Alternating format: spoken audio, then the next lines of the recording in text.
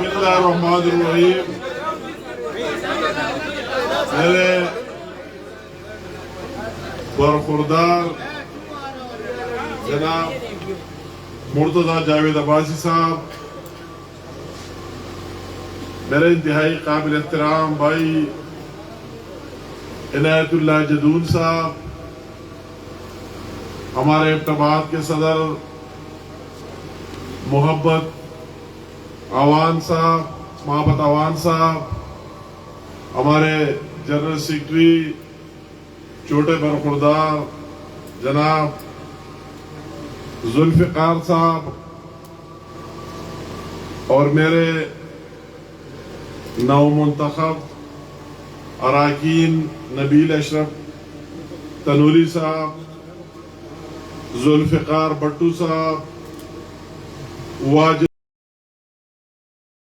خان جدون صاحب، دلاور خان صاحب، بیدار بخش صاحب، سردار محمد بشیر صاحب جو گلیات سے آپ کے سامنے مخاطب ہوا، اور سردار سید اکثر صاحب جو حویلیہ سے منتخب ہوا ہے، ساتھ ساتھ ہمارے وہی امیدواران جنہوں نے مقابلہ کیا وہ بھی ہمیں کسی سے کم نہیں، اور ساتھ یہ پورے ڈسٹرکٹ ابٹباد سے تعلق رکھنے والے میری بہن شائستہ جدون کی بھی بات ہو گئی، اکثر تعریف بھی کی. دوسرے بہنیں اور انتہائی قابل احترام بھائیوں، السلام علیکم. میں آج جس طرح بات ہوئی مجھ سے پہلے، آج میرے آنے کا مقصد مجھے بلایا گیا نہیں، میں خود آیا ہوں، اور میں اس دن آنا چاہتا تھا جب الیکشن کے فوراً بعد، اور میں نے مرتضی بھائی سے بات کی، حاجی صاحب سے بات کی، عنایت بھائی سے، مگر سب کی رائے تھی کہ آپ 2 3 4 دن بعد میں آ جائے. تو میں آپ کو جو ہمارے لوگ یا اس انتخابات میں منتخب ہوئے یا جنہوں نے مقابلہ بھی کیا ہے، ان سب کو اپنی طرف سے اپنے قائد میاں محمد نواز شریف کی طرف سے، اپنے پارٹی صدر میاں محمد شہباز شریف کی طرف سے، اپنی بہن مریم نواز کی طرف سے، اور میں رات کو اساردار صاحب میرے ساتھ بات کر رہا تھا تو میں نے کہا میں نے کل مبارکباد کے لیے جانا ہے، تو کہتا ہے میری طرف سے بھی مبارکباد دے دو. تو پوری پارٹی کی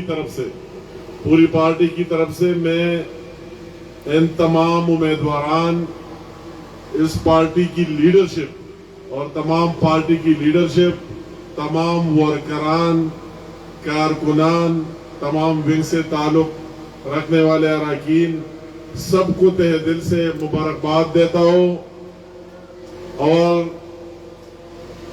اللہ تعالیٰ سے دعا ہے کہ اللہ تعالیٰ آگے بھی ان کو کامیابیاں دے، پوری پارٹی کو دے.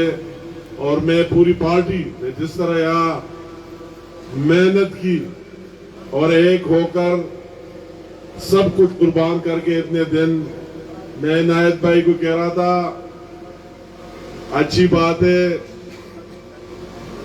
جب ہم اس کے گھر میں آئے دعا کے لیے، اور پھر اس نے وہی ایک فنکشن رکھا، تو میں نے اس کو وہی کہا کہ ذرا نم ہو تو یہ مٹی ہے زرخیز ساقی. میں نے کہا عنایت بھائی آپ کی اتنے بیک گراؤنڈ ہیں، آپ کو اپنے حیثیت کا پتہ باہر لوگوں کو ہے، تو آپ اگر نکل آئے اور بسم اللہ کرے، جو جمود ہو گیا، اور ابھی آپ کو نکلنا چاہیے اور ابٹباد میں کھڑا ہونا چاہیے، تو پھر اس طرح مشکل مجھے نظر نہیں آئے گی. تو ماشاءاللہ اس نے ہماری بات مان بھی لی، وہی دن سے بات ایکٹیو ہو گیا، اور ابھی ماشاءاللہ آپ کے درمیان میں ہے. مرتضی کی میں کیا بات کروں، اپنی اور اس کی ہماری تعلق اپنی جگہ. جب ہم گھر میں کوئی ڈسپیوٹ ہوتا ہے تو میرا بھائی ڈاکٹر بھی اس کو کہتا ہے کہ مرتضی سے بات کرو، میں بھی اس سے کہتا ہوں کہ مرتضی آپ ہی بات کریں. تو اس سے زیادہ اور کیا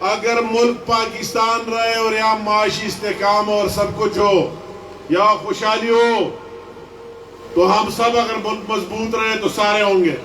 مگر اگر ملک اسی طرح جس طرح حال ہے اور اسی طرح چل پڑے اور جا رہے ہیں تو پاکستان ہی نہیں رہے گا تو ہم سیاست کیا کریں گے اور چیز. تو ابھی سارے لوگوں کی سمجھ آئے کہ اس ملک کی بہتری ہماری وہی پارٹی ہے کہ اپنی ذات کے لیے اور عہدوں کے لیے سیاست نہیں کرتے. سیاست کرتے ہیں ہمارا قائد کا جو نظریہ اور سوچ فکر ہے وہ 22 کروڑ عوام کے لیے. سیاست ان کی حالت بہتری کے لیے کرتے ہیں, ان کی زندگی میں تبدیلیاں لانے کے لیے کرتا ہے. دل خوش ہوتا ہے کہ اس موٹر وے برات علی مرتضیٰ نے مجھے بریف کیا کہ ٹنل ہوتے ہوتے رہ گیا. میں نے کہا فکر نہ کرو, بہت جلدی موقع آ جائے گا اور یہاں انشاءاللہ بھی ایک ٹنل بھی بنا کر لوگ آرام سے وہی آ کر اس رشے اس کو نجات دلائیں گے. تو ابھی لوگ سمجھتے ہیں کہ اس ملک کی اور پاکستان کی بہتری پی ملن میں اور شیر کی نشان میں. انشاءاللہ تعالی آپ کی باری ہوگی, اس غریب عوام کی باری ہوگی اور آنے والی ہے. بہت افسوس کی بات ہے جس طرح ہمارے تو 9واں سال ہے کے پی کے میں, ان 8-9 سالوں میں جتنی تباہی لے آئی اور پھر مرکز میں بھی 3 سال گزر گئے, 4تھا سال ہے. پاکستان کی تاریخ میں اس کی مثال نہیں ملتی. جتنی پاکستان کو پیچھے دھکیل دیا سوچ ہی نہیں سکتے. اور کل میں اس کے وہی سیکرٹری انفارمیشن جو پشاور سے تعلق رکھتے ہیں, جو ان کے پشاور کے پی کے سے رکھتے ہیں, تو جواب بھی ہمیں کے پی کے سے اس کو ملنا چاہیے کہ آپ کی جواب کے لوگ بھی ہیں.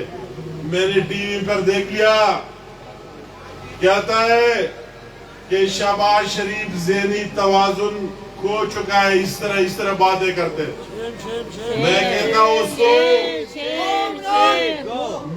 کہتا ہوں کہ شہباز شریف تو ماشاءاللہ وہ شخص ہے اور اس عظیم لیڈر کا بھائی ہے جنہوں نے پاکستان کو بہت کچھ دیا ہے. اور شہباز شریف اس کینسر کے مریض ہوتے ہوئے بھی پاکستان کی عوام کی خدمت اور پنجاب کی یہ سارے لوگ جانتے ہیں. مگر ذہنی مریض تو اس کو کہتے ہیں. میں اس کو کہتا ہوں سن لے مجھے, جو آپ نے کل کہا اس کی جواب بھی سن لے. ذہنی مریض اس شخص کو کہتے ہیں جو جرمنی اور پاکستان اور جاپان کی بارڈر کو ملا ہے. کہتے ہیں جرمنی اور جاپان ہے کہ اس کو یہ پتہ نہیں ہے کہ جرمنی کدھر ہے,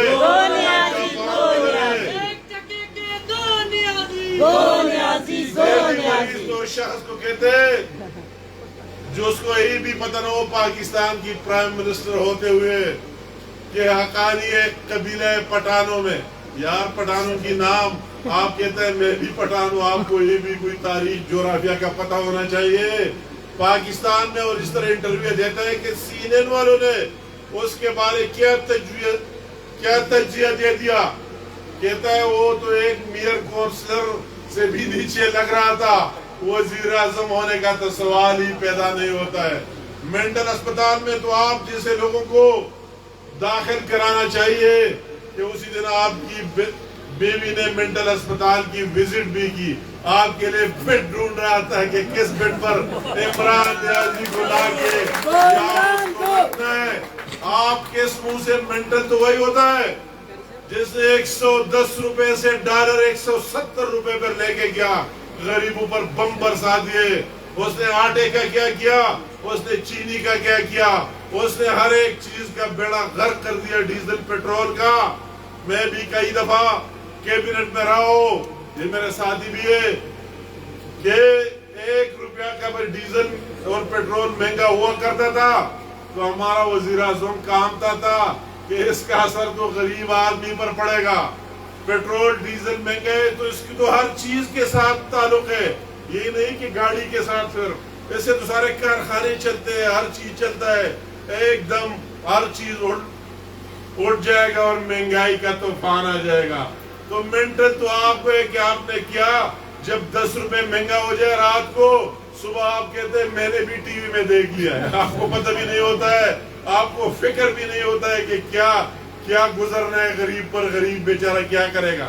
مجھے تو یہ ڈر ہے، میں بھی ایک ورکر ہو، گراؤنڈ سے ہو، کہ اللہ نہ کرے اگر یہ نالائق رہا تو ایک طرف اگر لوگ بھوک سے مر رہے، 2 ٹائم کی کھانا نہیں ہے، پہلے کوئی کہتا ہے چائے کے ساتھ روٹی کھائیں گے، تو چائے کے ذریعے چینی کی کیا صورتحال ہے، ابھی لوگ کہتے ہیں پانی کے ساتھ، تو جب روٹی آٹا اتنی مہنگی ہے تو بیچارہ کیا کر، اگر کسی کی 10 بندے ہو فیملی میں اور اس کی وہی دیہڑی ہو تو وہ کیا کام کرے گا، وہ روٹی خریدے گا، چائے خریدے گا، وہ بچے کو اسپتال لے کے جائے گا، اگر بیچارے کی کئی گورنمنٹ اسکول میں بچے اس کا فیس ادا کرے گا، تو آخر میں کیا ہوگا؟ جس نیازی کے آپ کو رزلٹ معلوم ہے، اللہ نہ کرے پھر ایک بندہ کہے گا کہ بھوک سے مر رہا ہو، دوسرے کے جیب میں پیسے تو اس کو مارے گا، ایک دہشت گردی آئے گی۔ میں تو یہ سوچ رہا ہوں کہ اسی طرح نالائق بیٹھا ہو تو عوام اس بات پر مجبور ہو جائیں گے، سب کو دہشت گرد بنا دے گا عمران خان، کیونکہ اس کو تو پتہ ہی نہیں ہے، اس کو تو کوئی احساس ہی نہیں ہے کہ کسی پر کیا گزر رہا ہے، کسی کی کیا مسائل ہے۔ اور وہی سے شبلی فراز صاحب کہتے کہ شہباز شریف صاحب کا ذہن، شہباز شریف نواز شریف کے ذہن ماشاءاللہ لندن میں وہ بھی بیٹھ کر پورے پاکستان اور سب کو عوام کی مسائل کو مانیٹر کر رہا ہے، مگر ذہن تو آپ کے خراب، اور اس ذہن کی میں نہیں کہتا ہوں، ریحام خان کی کتاب پڑھ لے اس میں لکھا ہے کہ وجہ کیا ہے، میں نہیں کہتا ہوں، میں نے کہا اللہ تعالیٰ کوئی کوکین کا عادی نہ بنائے کہ اس کا وہی ذہن خالی، خانہ خالی رہتا ہے جس میں عوام کی بہتری اور فلاح کے لیے سوچا جائے، اس کے ذہن کا ایک خانہ کام کرتا ہے، اور وہ خانہ کون سا ہے؟ وہ خانہ یہ کہ عوام کو کس طرح تکلیف دے دو، کس طرح تڑپاؤ، مخالفین کے خلاف مقدمات بناؤ اور سب کو چور اور ڈاکو کہو۔ اس نے ذہن میں ایک ہی چیز آئی، دوسرا تو وہ خانہ کام کر ہی نہیں رہے، مفلوج ہے جس میں عوام کی بہتری ہو۔ اور میں حیران ہوں کس طرح لوگ مسلط ہے اس ملک پر، اسی طرح لوگ مسلط ہے کہ اس کے وزراء اعلیٰ، اس کے وزیر اعظم تک سازشوں اور حادثاتی طور پر بنتے۔ آپ کبھی بزدار نے سوچا تھا کہ صوبے کا چیف منسٹر جس طرح پر شہباز شریف نے رنگ کیا تھا کہ بزدار آ کے پنجاب کو چلائے گا، جس کے لیے MP بننا مشکل تھا ایک حلقے سے، وہ آ کر کہتے پیرنی نے کہا ہے خواب میں دیکھے کہ یہ بہتر ہے۔ اسی طرح KPK میں وزیر اعلیٰ صاحب، میں آپ سے خود سوال کرتا ہوں، کبھی آپ کے ذہن میں آیا تھا کہ میں صوبے کو رنگ کروں؟ کبھی آپ کو یہ پتا تھا کہ اس صوبے میں کتنے ضلع ہیں؟ میں اگر یہاں سیاست کرتا ہوں تو DA خان سے لے کر کدھر اپنے ایک کارکن کا نام بھی معلوم ہے، سب کے ساتھ پہنچتا ہو۔ تو آیا آپ کو یہ بھی پتا تھا کہ KPK میں کتنے اضلاع ہیں؟ بس وہی پتہ نکل گیا، قرآن اور فلاں سے 2 کی لڑائی میں وزیر اعلیٰ بن گیا۔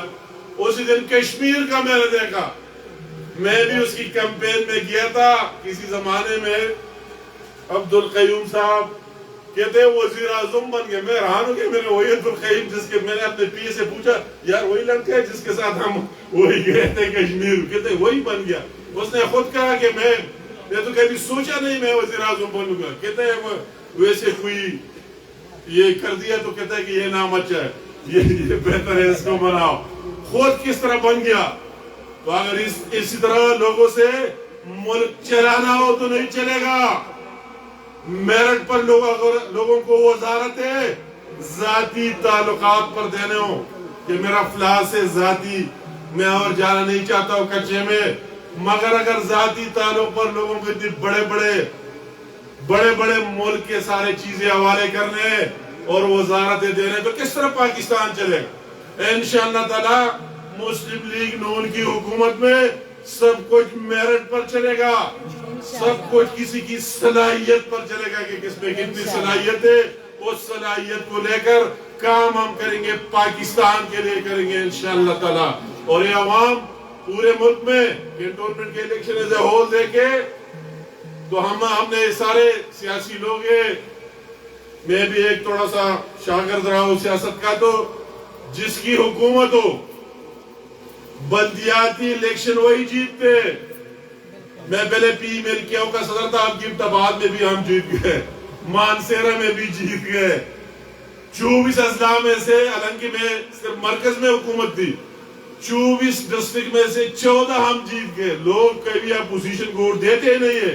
یہ تو پہلی دفعہ میں دیکھ رہا ہوں کہ لوگوں نے ان کو مسترد کر دیا پاکستان میں، اور اپوزیشن کا ساتھ دیا. اس لیے ساتھ دیا کہ ان کے دل بھرے ہوئے کہ اپنے بیلٹ کے ذریعے ان سے بدلہ لینا ہے. ابھی سارے اگر یہ حال بلدیات میں ہوا تو میں افسوس سے کہہ سکتا ہوں کہ اس گھونسلے میں جتنے پرندوں کو بند کیا ہے، جب حکومت ختم ہو جائے گی تو یہ سارے پرندے اڑ جائیں گے. اس کا کوئی امیدوار ہی نہیں ملے گا. اس کو میں آپ کو کہتا ہوں کہ جب یہ حکومت ختم ہو اس کا امیدوار ہی نہیں ہوگا، اور لوگ سارے پی ملینور شیر کی طرف آئیں گے. یہ وہی ظالم ہے، اس کا کام ہر ایک کی زبان پر تالے لگانا ہے. ابھی میڈیا والوں سے تکلیف، میڈیا ریگولیٹری اتھارٹی بنائی.